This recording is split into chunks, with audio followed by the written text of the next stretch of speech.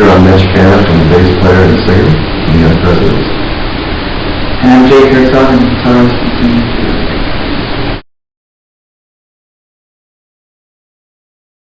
Well, we came together about 2 years ago in a recording studio here in New York City, and we were introduced. Basically, we were in between bands. Jake was coming out of his band, I was coming out of my band, and the guy that runs the place said, "Oh, yeah, meet one another. I totally see you guys connected." And he was right. He was right. And we went from just a jam session into just creating and writing and collaborating, and we haven't looked back since. It's kind of a mixture of all things rock, I would say. Some from heavier, hard rock, classic rock side, some from the more mellow singer-songwriter side, but it's certainly all in the ballpark of the rock. That was great. It was just a great experience. We started off in New York and went through New Jersey and Wilmington and Delaware and went through Maryland and Virginia and D.C. and it was just a blast to get to see different part of the country and some places I've never been to before and see the different vibes from the different people. But it was all really well received, but it was definitely exhausting. And so we decided, let's get back into writing music. So since December up until about May, we were working on all the material, which started pretty much at the end of the tour. And so we want to get back and write again, and that's where we are now. Actually, in the Young Presidents organization. So that was kind of the influence behind it, and the name was great.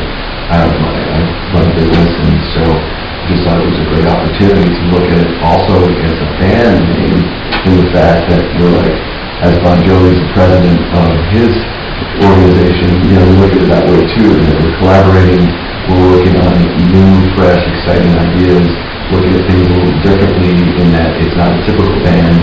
Everyone has their place. We're working with bringing the best around us, as we would say, our cabinet members, to help fill up the mission of where we're going with. But I think being a young president is also somebody that's excited and kind of not afraid of making decisions and leading, and that's what we want to do with music. It's been a really amazing journey so far because when we first started as a group, I would bring songs that I wrote and Mitch would bring songs that he wrote, and we would just kind of mash them together and create a set out of it. And now the process has become so collaborative that all the lines between us are completely gone, and it's just been a lot of fun to get together and come up with stuff and shoot things back and forth. And we tend to keep an email chain going. I'll play something in my phone, and it says to Mitch, and one night I can tell Mitch has some free time. I'll get 4 emails with different bass lines in it, and it's really a lot of fun. I had the opportunity to collaborate with a lot of people and enjoyed it as much as I did.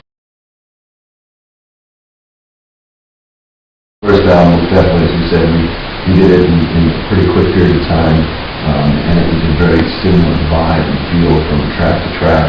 Where I think this one we're going to go, as we talked about, from a drinking song to a heavy song like Unacceptable You, with kind of some dark undertones, to a very poppy song like You Got Me Beat with Adam Ezra, and some of these other new songs that we'll be tracking on the 5th, 6th, and 7th.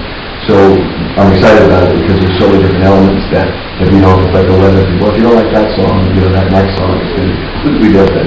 But than you expected, and a lot of sonic changes too. We've got strings, we've got horns, we've got keys coming in, so we're kind of also bringing the listener a lot of different things to absorb. I think what we discovered with this process is an amazing model for the way that we like to create music and record.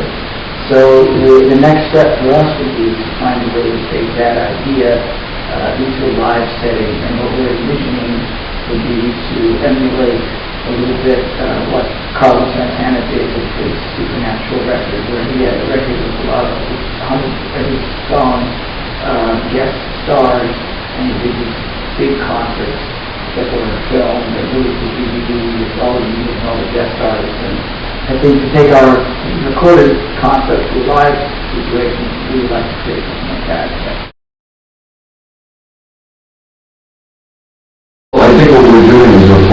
only 2 EPs.